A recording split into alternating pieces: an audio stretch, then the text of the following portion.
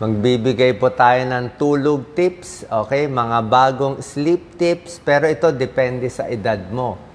Meron pong ganon, kung edad mo 20s, iba yung payo sa'yo, 30 years old, 40 years old, 50 years old, kasi iba-iba ang dahilan bakit hindi tayo makatulog. Pero bago natin bigay itong mga sleep tips natin, meron pong mga bagong pag-aaral ng mga bad effects ng tulog, okay? Hindi pa naman 100% to, pero meron ng mga pag-aaral inuugnay itong mga sakit. Ayon sa pag-aaral, tulad nito, pag lagi ka daw puyat at age 30s o 40s, hindi lang talaga puyat yung pagising-gising sa gabi, o minsan hindi natin namamalayan, gumigising-gising tayo, mas maggalaw tayo. Sabihin, hindi mahimbing ang tulog natin ng 30s to 40s, nakakasira sa memory. Humihina ang memorya natin sa pagtanda. Merong mga pag-aaral, yan inaral after 10 years, humina ang memory nila. Pag kulang din sa tulog, tumataas yung nagkakaulyanin.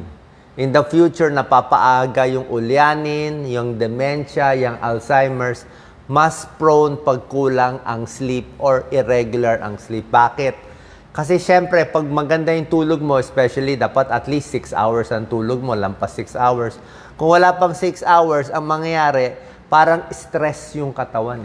Mas nai-stress yung katawan, hindi nasusunod ng katawan yung circadian rhythm. Ibig sabihin, yung kailan yung dapat tulog ka, hindi ka tulog. Kung kailan ka dapat gising, hindi ka gising, nahihirapan yung katawan. Kaya nga, pag may araw, dapat gising. Pag wala ng araw, nandyan na ang buwan at between, dapat tulog. Ganun ang pattern dati. Ngayon, kahit gabi, ang dami nating ilaw, dami nating gadgets, hindi pa rin natutulog. Kaya maraming sakit lumalabas. Kasama na yung dementia, memory problem, at ito ang tinitingnan ngayon. Posible ba na yung kulang sa tulog ang nagdudulot ng cancer sa mga batang edad? Kasi ito po, napatunayan na yung cancer ngayon, pabata ng pabata. Ang breast cancer, pabata ng pabata. Ang colon cancer, dati 60, 70 years old. Ngayon may colon cancer, 40s na lang. Okay? So itong mga cancer sa bituka, esophagus, colon, stomach cancer, pabata ng pabata, gallbladder, pancreas cancer, bukod dito, pati ang mga kidney cancer, liver cancer, prostate cancer, and thyroid cancer, pabata na rin ng pabata. Isang hinala nila, itong kulang sa tulog, nakaka-contribute. Meron nga mga pag-aaral, kinoconnect na ang sleep with all kinds of cancer, parang yung laging puyat sa gabi, hindi nakakatulog, di ba? Lalo na pag night shift, alanganin yung tulog, inuugnay nila sa breast cancer. May konting connection doon. Hindi pa 100%, pero parang may possibility. Ito naman, sleep and lung cancer. Pag kulang ka sa tulog, bakit hindi makatulog? Yung iba, hilik ng hilik, di ba? Sleep apnea. Hilik sila ng hilik. So, pag hilik ng hilik, nagbabara dito sa lalamunan, hindi makatulog kasi overweight sila, nasisira ang tulog, pwede rin magdulot ng sakit. So, yan. Sa memory, sa cancer, sa puso. Ito sa puso, proven na to. Pag kulang sa tulog, naha-high blood. Tingnan nyo, check nyo blood pressure, no? Hindi lang high blood, yung tibok ng puso, mabilis. Mas irregular ang tibok ng puso pag puyat.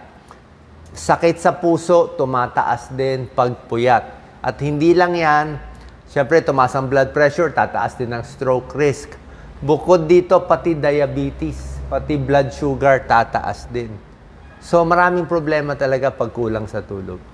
Mas irritable, hindi makafocus, mas na-aksidente, kulang sa energy, kulang sa tulog, mas tumataba. Kasi pag mas tulog ka, mas hindi ka kumakain. Pag mas matagal kang gising, mapapa-midnight snack ka, kakain ka ng marami kasi puyat ka.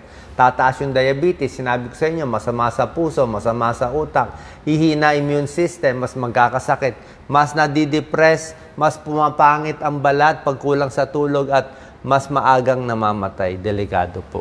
Okay, so ito yung mga possible dangerous side effects. Kaya magbibigay tayo ng tips paano maiiwasan to. Okay? Pero gawin natin muna yung tips, depende sa edad. Okay, bago ko bibigay yung general tips.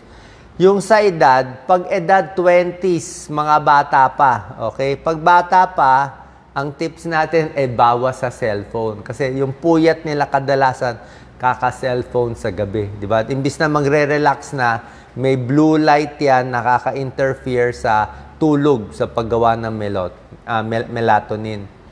Dapat mas komportable yung lugar ng tinutulugan. Limit stimulants. Kasi itong mga bata, aral ng aral sa exam. Inom ng kape sa gabi para mag-aral, kaya hindi rin makatulog. Yung mga kabataan, edad 20s, magulo din ng schedule. Maraming kinakausap na kaibigan, maraming labas sa gabi, hindi makatulog. So, consistent schedule, limit coffee intake, relaxing bedtime routine, at iwas sa mga gadgets. Pag 30s na, tumatanda na, ang kailangan mo naman dito, ang sleep tips natin, bawas stress. Siyempre, may pamilya ka na nito. So, bawas stress na sa buong araw. Bawas na rin alak. Baka dito na, may trabaho na, umiinom na ng alak. Hindi po maganda alak. Alak, nakakatulog ka nga, pero mababaw ang tulog. Yun ang pag-aaral. Makakatulog ka initially, pero yung tulog mo, yung quality, hindi maganda. Paggising mo, hindi ka rin happy kasi papangit yung balat, madidehydrate ka, may hangover ka ba. So, pag 30s, iwas sa alak, manage stress, more exercise pag 30s, at tingnan pa rin yung sleep environment. Pag 40s ka na, mula 40 hanggang 49 years old, ano ang babantayan natin? Ang babantayan na dito ay malapit na mag-menopause, ang 40s. So, baka may hormonal changes na. Diba? Baka meron ng hot flashes ang babae kaya hindi makatulog. 40s, malamang may maintenance na gamot na to. Kung meron ka ng maintenance na gamot, tingnan natin, nakaka-apekto ba sa gamot mo. 40s, syempre, mas overweight ka na. Baka meron ka ng sleep disorder. Humihilik ba? Okay? Parang hindi ba mahirap ba huminga? Masakit na ba likod? Hirap na ba yung katawan? At pag 40s, baka puro trabaho, prioritize sleep. Okay? Pag 50 years old pataas, ayan na, babantayan na natin yung pag-menopause ng babae, talaga hindi makatulog. So, meron tayong mga tips, mamaya ipapakita.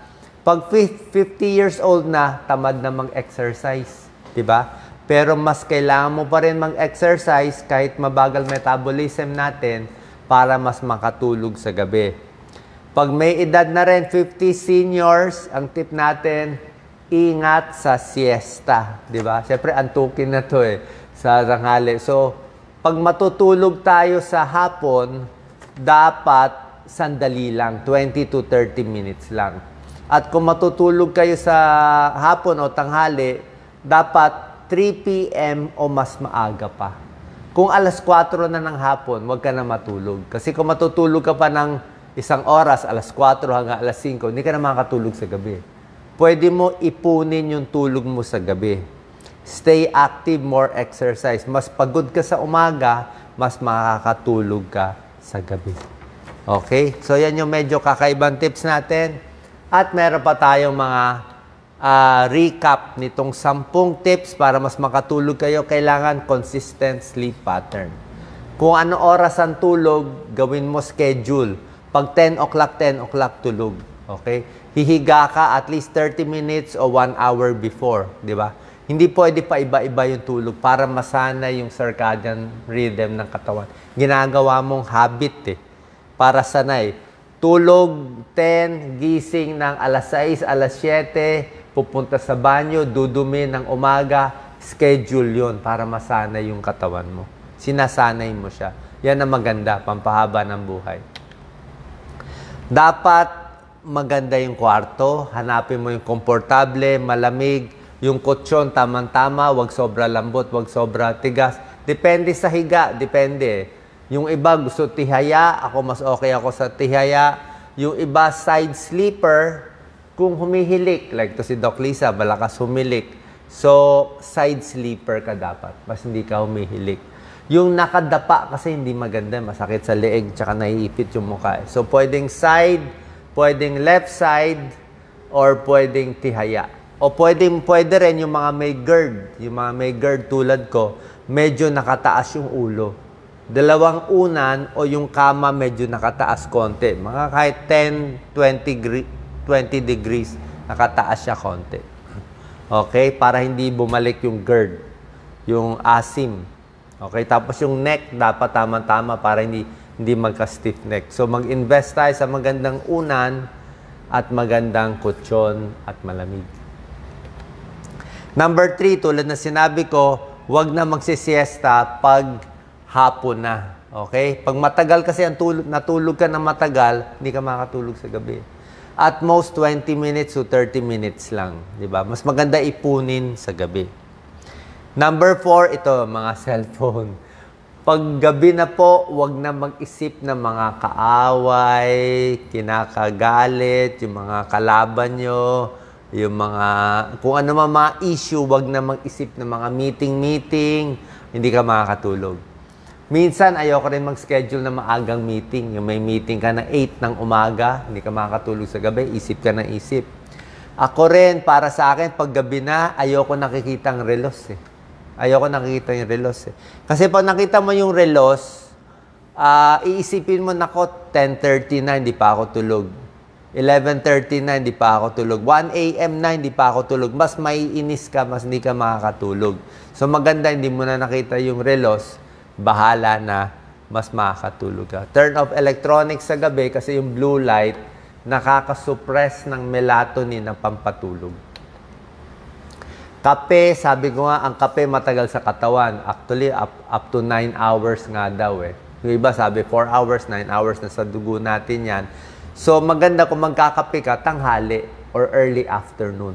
Pag late afternoon na o gabi, wag na magkape. Hindi ka makakatulog. Caffeine kasi yan Mas relax sa umaga. Dapat medyo easy ka lang throughout the day. Pwede maligo. Maganda maligo. Pwede maligo. Hindi po bawal maligo sa gabi. Hindi nakaka-anemic. Hindi nakakabaliw. Pwede po. Kung takot kayo sa pasma, di pahinga muna 30 minutes galing sa trabaho. Tanggalin mo na sapatos mo. Rest ka 30 minutes, 1 hour bago ka maligo. Pag naligo ka sa gabi, marirelax yung muscle mo. Maligamgam o mainit na tubig. Pag malinis ang buhok, dapat maghihilamos. Pag tulog mo, at least walang dumi sa mukha. Para paggising mo, wala kang pimples. Bakit minsan paggising natin, naku, ang laki ng tigyawat ko, ano nangyari? Kasi nga, natulog ka na madumi yung unan. Yung buhok mo, tumama sa unan, napunta sa unan ng dumi, tapos inikot-ikot mo mukha mo, yung dumi ng buhok, pumunta sa unan, pumunta sa mukha, paggising mo, tigyawat ang kalaban. Okay? Hot shower, hot bath, pwede yan sa gabi. Okay? Exercise throughout the day. Mas pagod ang katawan, mas maganda. Pero, huwag ka na mag-exercise pag malapit na matulog. Kung tulog mo 10 p.m., huwag ka na mag-exercise ng 8 p.m. Diba? Pwede lakad-lakad. Lakad is okay. Pero yung medyo strenuous exercise, dapat siguro sa hapon. Sa hapon, mga pinakamatagal hapon or hanggang 6 p.m. Paggabi na, dapat may cool down time ka ng mga 3 hours bago matutulog. Kasi exercise, naha-hyper ka Iwas alak. Okay? Maling-mali po yan. Maraming kababayan natin ginagamit alak pampatulog. Poorer quality of sleep. Mababaw ang tulog. Paggising mo, nagdadry pa yung mukha. Hindi po maganda. Yung mga may insomnia, depressant, lalo ka malulungkot. Yung mga may depression, wag na uminom ng alak. Tawag sa alak, depressant So, may depression ka na, alak, depressant, mas malulungkot ka pa. Okay? Ayusin na lang ang problema. At yung mga pagkain. Okay? May mga pagkain na bawal kainin at dapat ingatan. Yan, Yung mga spicy. Okay? Fast foods, matataba, very oily, mahirap ka makatulog niyan. Kasi pag kinain mo yan, sasakitan tiyan mo Pwede ka ma-impatcho, mag-GERD. Kung ano mang kinain mo, wait 3 hours bago humiga. Bagong kain, hihiga ka, aakyat yung pagkain. Mag-GERD tayo. 60% ng tao may GERD. Maraming nagkaka-GERD pa nagkakaedad. Okay? So, dapat huling kain mo, let's say, 7 p.m. bago ang tulog mo. 10. Ako huling kain ko, mga 6 p.m. Ito yung mga iiwasan bago matulog sa gabi. Very spicy, hot sauce. Diba? Baka sumakit yan mo eh. Sibuyas, bawang, very healthy, pero pag gabi na, baka sumakit ang tiyan mo. Alak, tulad na sinabi ko, iwas. Pizza, oily foods, fast foods, fatty foods, prito, medyo very oily, matagal manatili sa tiyan, baka mag-GERD ka. Sobrang chocolate, minsan di rin maganda. Okay? Very sugary. Green tea kasi may caffeine, pero healthy to. Kung gusto nyo, chamomile tea na lang. Ito yung mga okay, chamomile tea pampatulog. Green tea dapat sa tanghali para siyang kape. Okay, ito naman pampatulog. Pwedeng gatas, depende sa'yo. Yung iba okay sa gatas, yung iba hindi okay. Saging, pampatulog ko yan. May tryptophan, pamparelax. Tryptophan, gagawa ng serotonin, pamparelax. Chamomile tea, pampatulog din. Mani, oily fish, di ba? Tapos yung mga warm lang. Yung mga kanin, lugaw, pamparelax lang yan. Okay lang yan. Lakad-lakad konti para matunawan. Okay din yan. Magnesium-rich foods, maganda rin sa tiyan. Ito mga magnesium-rich food. Gulay, sari-saring gulay, sari-saring seeds, monggo, pwede rin yan. Pamparelax, pampatulog. Mga bawal pa pagpuyat, bawal mag-drive. Ang dami dyan, inaantok, di ba? Ang mga drivers tulad ko, di ba? Minsan maiidlip ka, delikado. O, pag hindi ka pagpuyat ka o lasing ka, nag-drive, aksidente. Do not travel more than 8 hours. Do not drive pag inaantok ka, i-parking mo. Maraming aksidente, maraming namamatay dyan. Ito po ang last topic, yung night shift. Di ba? Paano yung ang daming kababayan natin sa call center, night shift? Para sa akin, kung wala pa kayong 40 years old, mas bata pa, okay pa mag-night shift. Di ba? Kailangan kumita. Total, hindi pa naman sana magkakasakit at that early. Di ba? Pero kung lampas na kayo 40, lampas na kayo 50 years old, iwas na sa night shift. Kasi meron nga pag-aaral, sinabi ko sa inyo, pag puyat palagi, kasama ng night shift workers, posible tumaas ang risk, lalo na sa babae, breast cancer. Meron po yan. May possible connection sa breast cancer, other cancers, at iba pa. Kasi nga nasisira yung tulog eh. Kahit sabihin mo matulog ka pa buong araw sa umaga, medyo iba pa rin eh. Kaya pwede naman didiliman mo yung kwarto mo, gagawin mong gabi ang umaga, yung gabi babaliktarin mo naman. Kaya lang, mas hirap ka pa rin. Kasi ang gusto nga ng katawan natin, ginawa ng Diyos na pag may araw, gising. Di ba? Pampagising, pampasaya. Pag madilim na, tulog na.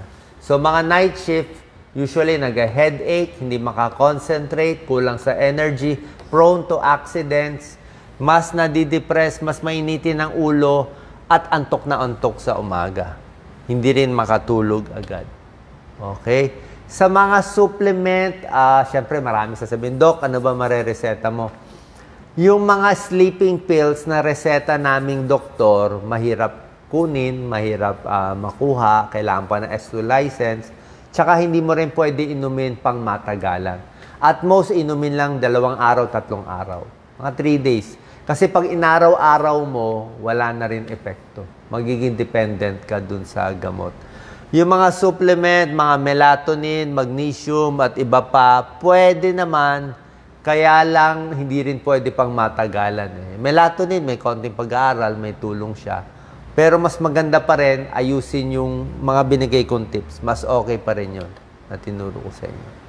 Okay, so final tips, relax sa tulog, consistent schedule, pwede maligo, iwas sa kape bago matulog at iwas sa mga cellphone at gadgets. Sana po nakatulong itong tips natin para mas makatulog kayo ng mahimbing. Siyempre, basically mental stress.